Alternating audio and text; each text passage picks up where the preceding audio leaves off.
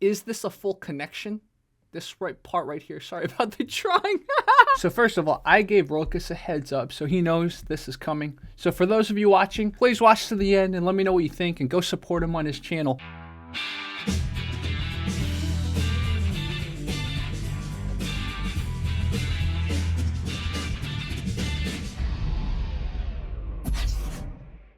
So you could call this the inception of Rokas's journey, right? This is when he really started questioning and training in a different way to make him Mr. Martial Arts Journey. So that was a good little oblique kick by the MMA fighter.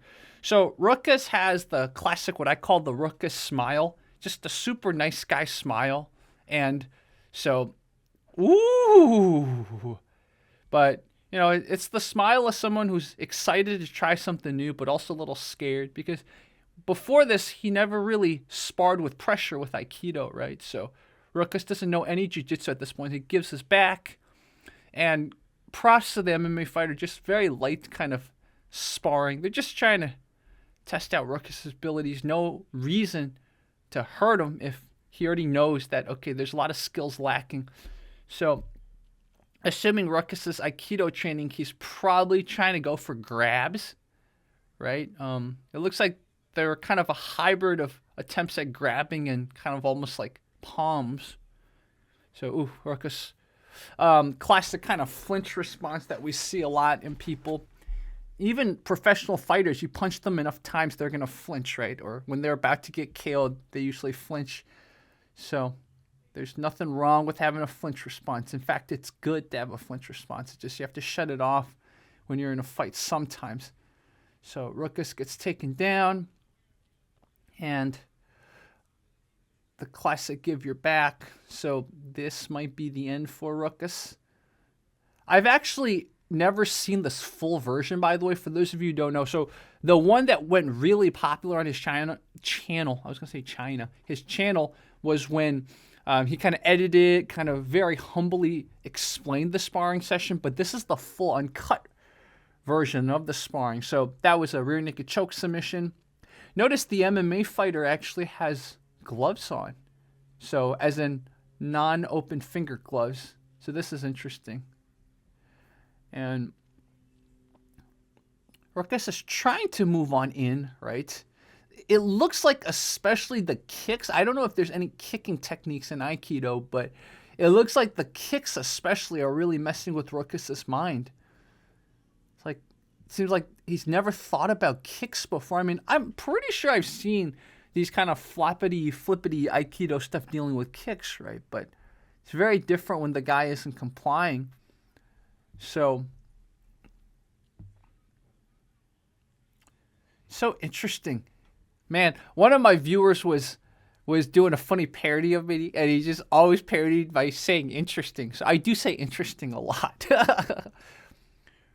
Oh, that was an entry there. Rokas might have been able to capitalize on that. So interesting that now that I'm really self-conscious now when I say interesting, but what I was going to say earlier was that the MMA fighter did a little Superman punch, but he didn't even really aim at Rokas' face just to see how Rokas would react. So Rokas has the guillotine grip, but our MMA fighter has already gone to the other side of Rokas' body. So he's got knee on belly, and Rokas is holding on for dear life right now. Lots of pressure. So now it's side control. And let's see. There's probably certain wrist locks and things you could do here potentially. But, you know, the full body's on you, so you're probably panicking right now. So Rokas attempting kind of like a half guard. A little bit. And this is bad. He's got a straight ankle lock, the MMA fighter, but I don't know what MMA rules they agreed on. So what you can see is people who aren't used to type of stand-up sparring, you can look at how they move, and you can look at their posture, and you can kind of see a lot of things. There's, you know, a stiffness, right? A foot being flat kind of thing. What you see here is that Rokas' upper and lower bodies aren't really connected. It's something I've been noticing. So, you know, that's just something that comes with training whether any type of grappling, stand-up grappling, that is, like judo or wrestling, or any type of stand-up striking. And in time, you'll be able to kind of generate a lot more of the power and force starting from your feet all the way up to the whatever limb or whatever grip. So what you see here is just a person who hasn't sparred too much, and he's kind of confused as to how to make his body move under non-compliant pressure. So this is really cool. So now Rokas has a connection there, but just there you go. Go ahead. Oh, I'm excited about this. Like, okay, you establish a connection. So one thing you can see this in Aikido. Oh, there it is. There it is. Okay. You can see this in Aikido, and you can see this even when you watch Jiu-Jitsu or Judo and stuff like that. But look how much Rokas is connecting to the center. So if you're only trying to manipulate a limb and you're not really connecting into the center, as in the spinal area, so think your center of gravity, your spine. If you can connect into the center, a lot of your Aikido techniques have a higher likelihood of potentially working. I have to phrase this carefully because, there's a lot of both sides, right? There's people who think Aikido is complete BS, and then there's people who think Aikido can do judo-esque stuff, and it's like, okay, we'll talk about that later. I'm not going to go into that right now. But so Rokas is doing some striking. That's really interesting. I don't know if Rokas trained any striking at this time. Rokas has these really amazing reflection videos as to his martial arts journey, and I watched some of them, but I honestly forgot some of his stories, so I don't remember if he trained anything besides Aikido at this point in 2017. Wow, time goes by fast, man. 5 years ago. Can you believe that? Rokas got the man bun and everything. So, if the MMA fighter ever wants to come on Fight Commentary Break, that's nice kick, Rokas. Nice attempt at a kick. I would love to hear what was going on in your mind. I guess, guys, you guys should watch the original because they have the entire talk they had. So, it's interesting that Rokas almost at this point kind of like gives up on the Aikido that he's done and is just trying to practice his striking, which is really interesting. I feel like that Russian Sambo 2-on-1 could really be utilized by Rokas, especially considering how this MMA guy spars. Use that Russian 2-on-1 and then kind of transition into some kind of Aikido technique. Oh, it's cool. So our MMA guy's literally kind of teaching Rokas a little bit right now. Teaching him how to use the other hand to protect himself when he's striking. Wow. This is awesome. So this looks like, honestly, this is not really Aikido anymore. This is just Rokas practicing kickboxing. So you guys can watch the rest of the video. I will stop it right here. Before we keep going and watch the year later when Rokas spars this guy again after closing down his Aikido studio and training MMA for a year, I wanted to do a little exploration of the word Aikido, 和气道, as we say in Mandarin, 和气道. The word ai, 和, means kind of join. Sometimes you could say some or connect. 和 is a very commonly used word to build other words in both Japanese and Chinese. Then there's 气. 气 means air. So 气, it doesn't have to mean air. It could just mean some kind of energy, so to speak. This is the same character when we make fun of chi masters like 气功. Join, connect some chi energies. And 道 means the way of. 道, way, path, so to speak. So the way, the path of combining, joining, summing up your energies. Now, the thing is, what does that entail, right? That's where the thousands of pages and essays of debates in the Aikido and in the haters are all about. There's people who say Aikido's not about trying to be like Judo, but with wrist locks or whatever. When I first was making this video, I was thinking about maybe that's the angle I was going to take. But I don't know, because again, 和, the word 和, right? It's a very vague word. So then you would look at O-sensei or look at some of the founders of Aikido and then what their kind of thoughts were. But then I know from just the little bit I've done research into Aikido, most of the first people who studied Aikido were judokas. Of course, their interpretation of Aikido would bias towards throws, much like after Master Bruce Lee died. Think about the people who kind of kept the Jeet Kune Do going. They catered it towards what they know, either the Filipino martial arts or the more Wing Chun heavy. Just some thoughts for you guys. Let's watch year 2 once Rokas trains some MMA. Let's see if he does any Aikido or does it just become MMA. So he's going to do boxing sparring, which happens a lot of these kickboxing, boxing gyms, MMA gyms. A lot of times that's how they spar. They'll start out hands, then maybe hands and feet, then maybe takedowns plus jiu-jitsu. So a lot of these gyms will spar like that. So the first round would be kind of boxing. So Rokas is kind of just boxing right now. So he's moving very different, right? You can see a little bit, actually a lot more fluidity. His top and bottom, as in the upper half and lower half of his body, look like they're able to kind of move in a better way. So looks like he's got more cross-lateral awareness under pressure. Now, again, the title of this is Aikido, right? So are we going to see any Aikido in Rokas's sparring session with the MMA fighter a year later? So right now we don't see too much Aikido. So what I'll do is you guys can watch the rest of this. I'm going to jump forward to see if there's a kickboxing round. So this is MMA, so they don't do kind of striking. They're going to do full MMA. So we might see some Aikido here. Again, it's probably going to be a little harder because they're both wearing these, what do these look like? Maybe 16-ounce gloves. So Rokas is in jiu-jitsu mode. Let's see if he attempts any kind of Aikido, whether connection or wrist locks or things you kind of stereotypically associate with Aikido. Again, what is Aikido, right? It's kind of like what is Wing Chun. Oh, that was a good hit that Rokas landed. So this is Rokas's jiu-jitsu. He has his back taken. Let's see if he's able to slip out of this rear naked choke. I think he might have tapped. No, he didn't tap. So there he is. In trouble, a little bit in trouble. Oh, okay, he escaped out of an arm bar. He almost got flipped. Okay, so Rokas maybe attempting to take him down, but kind of giving up his back a little bit. Okay, so we don't see too much use of Aikido at this point, but here's a grappling match they do. So we might see some, let's see. So,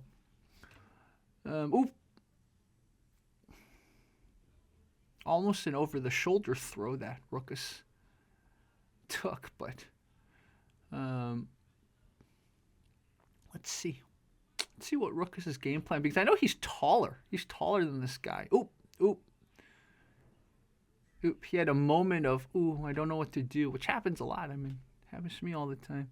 We're going to jump forward to pretty recently when Rokas tried to look at Aikido again from a different lens. So I forgot to mention that the video we just watched, Rokas was very disillusioned with Aikido. So at that point, I don't think he was really training any Aikido. And he hadn't gotten to that point where he was kind of potentially figuring out ways to reincorporate Aikido or reinterpret Aikido. So that's why we didn't really see any Aikido, and that's why it's good to watch a third video. This is kind of maybe what we call modern contemporary Rokas now. He's sort of re-examining, taking his skills and seeing, okay, maybe there's certain things in Aikido I could still use. So let's look at this Aikido versus Judo sparring. So here we go. I'm watching this in slower motion. So I'm looking for connection right there. Yes. Okay, so this is the perfect case study when it comes to connection. Notice there's a lot of compliance here, right? He's not actually going to bring him down, and you see it here. So check this out. Notice where the energy is going. The energy's kind of going here. The energy might be going this way, right? What you want this to be more pushing into a center, right? You want to get into a center of gravity. So just pay attention to how this connection and whether it's even happening. You should think of it as he's almost creating like a tube or a bridge that goes into his system. Is this and this, is this a full connection? This right part right here, sorry about the drawing. Is this and this connecting? Is there a connection? That's what you want to watch. And for my opinion, I don't think there is. That's why he failed at this wrist manipulation takedown. I hope what we see from this is when he does succeed, there's a connection There's a connection again. This might seem a little vague, a little weird when how I'm trying to analyze this, but this is just kind of way that certain schools of Aikido interpret. All right, so that was interesting. I saw a connection moment, I think right here. There was a brief moment of connection right here. This right here. So I think here there was a brief, and you even see it in the judoka's body. There was a brief moment of connection right here where they were joined. In my opinion, there was a brief moment of joining here. So, but he lost it, right? And that's partly because the judoka knows how to break your grip on him. Let's see. So that was pretty good. That was pretty good, Rokas. That was awesome. Yes, even Rokas has the arrow, right? Even though he's throwing, so to speak, you first have to join. You first have to connect. So let's see if there is a connection. I wish we could see the camera angle from right here. I want to see it from this view. I want to see where the connection is. But I think the connection happened, and that's why he was able to manipulate the guy. The judokas have that kind of like sideways hop. And that's another thing, right? It's hard to do Aikido on someone who won't connect with you, right? That's another thing. They don't want you to grab them, or they don't want your hands on them, right? That's the thing. So there, as you can tell, good pause, Rokas.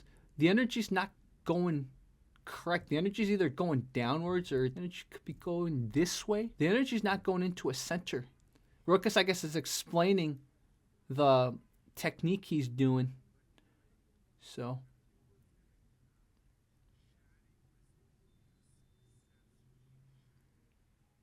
we definitely see here energy's going downwards, right? I don't think he's connecting into the center of Chatty. See, look at that. When he's turning, I think the energy gets lost around here. There's no joining of their two bodies. I wish I could play this backwards instead of going frame by frame, but even here, if you look at Rokas,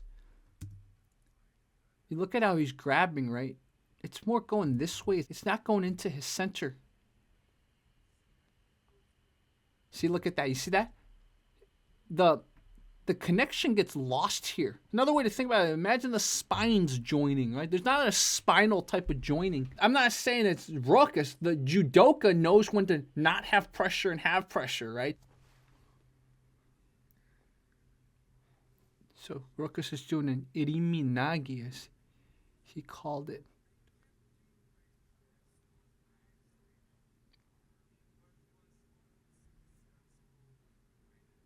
Oh. Yeah. Okay. Anyways, guys, I think at this point we've done our kind of like 6-year-old draw on a video thing, and maybe we should cut to more thinking and talking. What do you guys think? So guys, this is not a criticism of Rokas. I want to make it clear. The whole point when you're in any type of match, whether grappling or fighting or whatever, is not everyone's completely tense. If I'm like this, you see this? If I'm really tense, it's very easy for you to see that? See that? It's very easy for you to feel a connection into me. But especially for people who do jiu-jitsu or judo, they know when to give pressure. They know when to not give pressure. You're not fighting someone like that. It's like, you know, that's how it is. I mean, you think fighters, right, are fighters like this, or they're more like, you know, like that. So if the premise of forming a connection in Aikido requires this almost type of invasive, violent energy from the other, then it's harder if the other person isn't always giving you that. And that's why in Aikido, you see them so tense, the uke just and gets taken down. So that leads to an even deeper discussion of Aikido, which I'm not going to find the answer in this video, just letting you guys know. Is the act of joining, the act of connecting just that, or is there something more? You've probably seen Ramsey Dewey make fun of some Aikido one time, and they were talking about compassion, right? Benevolence. If you haven't seen that, go check it out. And I'm going to use not my strength, but my compassion to beat them. Because I love you guys so much, right? Go. Is Aikido just about the connection and what can happen with the connection? Or is this compassion, benevolent thing something you can feel And once you connect to them, if you feel this benevolence, this compassion, you can actually change the way the body moves, right? That's where science hasn't really moved into. This is kind of a potential interpretation of Aikido. So what do I mean by that? Think about how your body is. Think about how you move, stress hormones you give off when you're tense, angry, versus when you're loving, right? There's certain people, Rokas is a perfect example. When he gives you that kind of nice guy smile, he just disarms you. Suddenly, you don't want to hurt anyone unless you're really, really an angry person. Rokas gives you that smile and you don't want to hurt him anymore. I'm serious. Maybe part of the reason in the first MMA match, the MMA fight didn't hurt Rokas any, was because Rokas had that like really funny smile. He's just like, oh, this guy's so nice. Our body, our muscles, our bones, our fascia. Fascia is the connective tissue that we've talked about a lot. There's a lot of science that we still don't know about the human body and we haven't studied enough. I will give you guys something called fascia sling. Go search your fascia slings. There's all these fascia systems that start from your feet. It goes up the back or up the chest, all the way up to your head. So there's all these systems of connective tissue wind around your body and help your body move. Maybe if you feel not just a connection, but this kind of benevolent connection, it'll cause your body to change a certain way. I start pushing you and you push me back. Right. Pushing. Right. So I wanted to show you that segment from Rokas' most recent wrestling and Aikido video, because what we can see is that a lot of these Aikido connection techniques seem to work best when there's that amount of pressure. What I said earlier, the invasive energy, or what some people call spear energy. The nuance of a fight, especially if you're fighting someone trained like Oliver Enkamp, is that they're not going to be giving you that type of invasive energy all the time. So it makes a lot of Aikido concepts a little bit harder to pull off. But I think the real brilliance of this collab between Oliver and Rokas comes at this moment right here. For example, the arm drag we did. Right. I can take it down like this. Right. This is a pretty easy way to take you down. Right. Without you hurting yourself, right? Right. And here I have great control. If I throw this in, boom. Now I control you without using any violence. I don't know if Oliver was conscious of the Aikido concepts that he was applying in this segment, but I think this is the best demonstration of Aikido. He connected and took someone down with benevolence. He wasn't trying to hurt him. He was using wrestling, but the intention was very benevolent. It was very compassionate. Whether Rokas knows it or not, this is the direction that his Aikido is going to go. If I haven't completely angered every single person, both Aikido people and Aikido haters, Rokas, I hope you enjoyed this, guys. At the end of the day, I hope you guys go help out Rokas, because his channel got hacked recently and his channel traffic is probably not as high as it used to be. Even if you think Jerry's gone really woo-woo, maybe he's been doing too many runs on the beach or something, or he's been spending too much time with animals. I really like dogs and pets and stuff like that. You guys feel free to disagree with me in the comments. Do everything that the YouTube community standards wants, of course. So that being said, guys, this is our new segment. We're going to feature a viewer or someone's pet every time. So this is called FCBD, or Fight Commentary Breakdowns Pet Squad. I might change it to Pet Corner, but right now we're calling it Fight Commentary Breakdowns Pet Squad. Today's pet is my college friend Jake and his wife Tina. This pet's name is Tesla. So here we have Tesla.